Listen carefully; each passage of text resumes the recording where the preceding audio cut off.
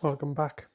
If you're trying to lose fat and you drink alcohol, nobody's being straight with you, so I'm going to be. Most fitness coaches will either just completely ignore this topic or will tell you just to stop drinking, neither of which is particularly helpful. So this is just going to be an honest conversation, not a lecture and not a guilt trip. Why do I think I'm an authority to speak about it? Because I'm a recovering alcoholic. I spent 30 years in the grasps of addiction and abused alcohol. And I'm now numerous years sober. So I have extensive lived experience with the effects of alcohol, emotionally, physically, physiologically, mentally. And as such, I wanted to explore it as a topic within my fitness coaching. And that's why I feel like I've got a little bit more experience, let's say, not only in my years, but just lived experience in the effects of alcohol and how that relates to your fitness goals. So a little bit of science. Alcohol has 7 calories per gram, which is more than carbohydrates and less than fats. So it's somewhere in the middle of your caloric intake if alcohol is part of your daily or weekly routine. And here's a little unknown fact. It's technically a toxin. So when there's alcohol in your system, the body will always choose to burn the calories off from the alcohol first and foremost, not your fat. So if you're drinking consistently every day, for example, and even though you may be in a total caloric deficit, your body will still burn the toxins from the alcohol before it starts attacking the fat, for example. So it's definitely something that you need to be aware of when you are thinking about your alcohol intake and the frequency and also the amounts. And one of the common kind of observations from drinking excessively, and if we talk specifically about men, it's the beer belly. But most of it isn't actually coming from the beer itself. It's the food choices that are made whilst intoxicated. So generally it should be called a kebab belly or a takeaway belly. Because although, yes, the calories from the alcohol are going to increase total fat stores, it's generally the decisions that are made whilst inebriated that actually have a more damaging impact on your overall health. So just FYI. The other impacts of alcohol, the non-direct impacts are it's going to affect your sleep. So you're not going to get as a good quality deep sleep, the REM sleep that we all need to rest and recover properly. And when we're tired, we all know that we then make poor decisions generally around food choices the following day because the body needs energy. What's the quickest way of giving it energy? Simple carbohydrates generally. So it'll be the cereals, the breads, the crisps, and everything else that creeps in throughout the day because we've got low energy. Alcohol can also increase your cortisol, which is your stress hormone, a very natural hormone. So don't suddenly think that having too much cortisol is going to cause weight gain. It doesn't. But what it can do is because it's raising that stress hormone and you're already generally stressed. So the irony is you're finishing a work day stressed. You're going to have a drink because you believe that's going to de-stress you. But all it does is then spike the cortisol even higher, which then makes you even more stressed. So then you end up in this vicious cortisol cycle of just constantly being stressed, doing something you think that's actually meant to alleviate that stress. And certainly then once that first, let's be honest, bottle, it's going to be a bottle, isn't it, disappears, we then make the poor choices later on. We then make the choices when we open the fridge because we're snacking at 11 o'clock at night because we've had a bottle of wine. So it's the knock-on effects of the alcohol that are just as prevalent as the consumption of the alcohol itself on stunting your fat loss. Alcohol also impacts on protein synthesis, which basically means the synthesis of proteins consumed throughout the day whilst you're at rest. So in other words, the repair and recovery of the muscles. And as a result, if you're training, you're actually impacting on your results if you're then consistently drinking. And if it's a training day on a Friday and you're out on a Friday night, that protein synthesis, it's not an easy word to say, is going to be impacted. So the gains are actually going to be that little bit slower as well. If you're drinking 3 to 4 nights a week and you're trying to lose fat, but you don't feel like you're making any progress, the chances are that alcohol is impacting on that. Not only the consumption of the alcohol in itself, but all of the associated decisions and physiological reactions to the consumption of the alcohol and the poor choices that we generally fucking make when we're hungover. Let's be honest. A bottle of wine is around 600 to 800 calories. A couple of pints, 400 calories.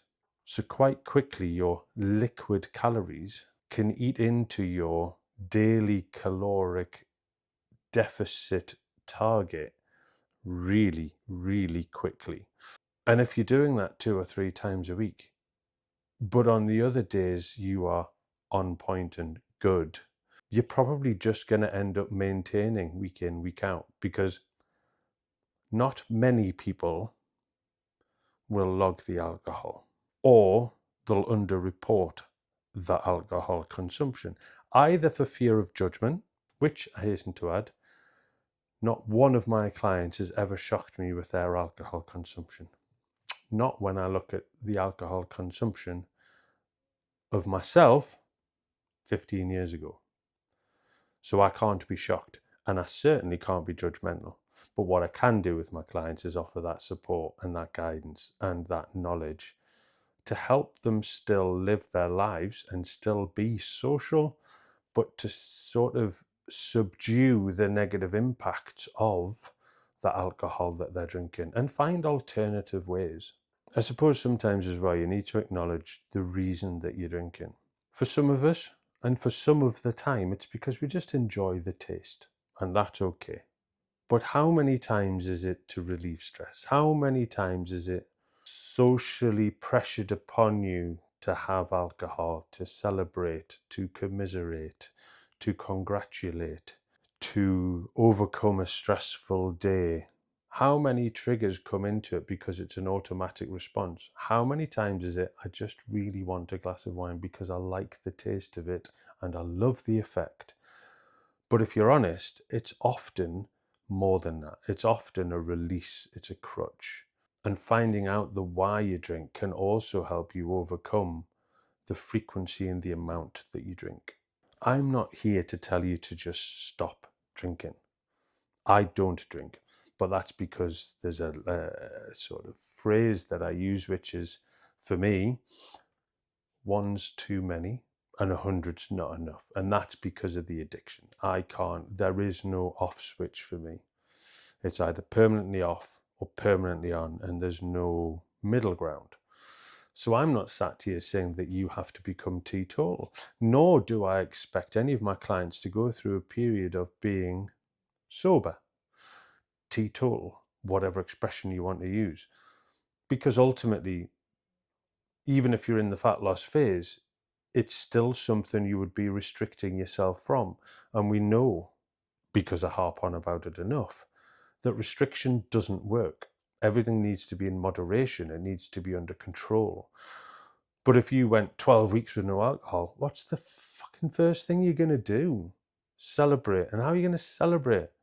With some alcohol. And then it just comes flooding back in. So you still need to have a drink if it's part of your weekly process, but it's worth acknowledging the frequency in which you're drinking, the quantity in which you're drinking, and also the effects of those drinks and whether sometimes it's worth it or not. And there's also ways that you can mitigate some of the calories if you look at going for less calorific options. So whereas you may drink a full bottle of wine, or you may drink a couple of pints of cider or a couple of pints of beer, having spirits and mixers can be a better choice. They can reduce the caloric intake, not only from the alcohol content, but all the sugars and hops and everything else that are involved in the processes of making these things. So you can reduce the calories, but you can't ultimately reduce the effects. The effects will be there, whether it's a gin and tonic or a bottle of wine. It's still going to make you or lower your inhibitions. It's generally going to encourage poor choices around food. It's still going to disrupt your sleep. You're still going to have low energy the next day, brain fog, and all of this stuff that comes into it. So when you think about having that first drink, is it worth it? Like, do I actually need this, or would going to the gym be a better release of the stress that I've built up over the course of today? Would just going off for a nice walk and clearing my head and just getting some fresh air be a better stress reliever after such a busy day? Arguably, yes. And also the stigma attached socially is reducing. Like, at no point, whether people know I'm an alcoholic or not, does anybody question it when I say, no thanks, I'll just have a Coke.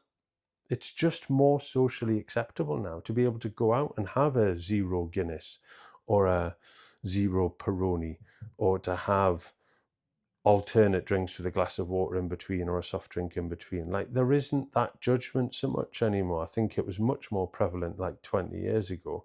There was an expectation that you drank for staff parties or for meals out or for whatever, and it was alien to these people that you wouldn't. And they were like, are you driving? Are you not well? I think now it's a lot more acceptable. But something like taking your car can also be another way of limiting your alcoholic intake, because you know that you're going to be shit the next day. You know you are. So does the supposed kind of pleasure of the alcohol the night before, does that outweigh the displeasure of the feelings and the emotions and the choices that are made the following day? That's only one you can answer. And that's kind of what I tell my clients is, I'm not telling you to not drink. I would never dream of doing that. But I am telling you to address why you drink, and is there other options, and can you have lower calorie alternatives, and do you need the drink, or is it just a release? So loads of things to consider when you're thinking about alcohol and fat loss and training and good food choices and everything. And like I say, I'm not here to preach. I'm not here to tell you off. I'm here to offer you a bit of education and ultimately let you decide on what to do for you and what's going to work best for you. But alcohol is one that creeps up a lot with all of my clients. And I insist that they don't go teetotal unless it's going to be a complete and utter lifestyle choice forever, because it's just going to be a period of restriction. The dam will break and they'll just bugger it all up again. So if you want more advice or guidance around alcohol, just let me know, because I'd be more than happy to have a conversation. And if you're looking for some coaching with someone who's a bit more real, a bit more genuine, a little less preachy, and someone that has all of these lived experiences that he brings into his coaching, then drop me a message and subscribe, whichever side it's on. And I'll speak to you again very soon.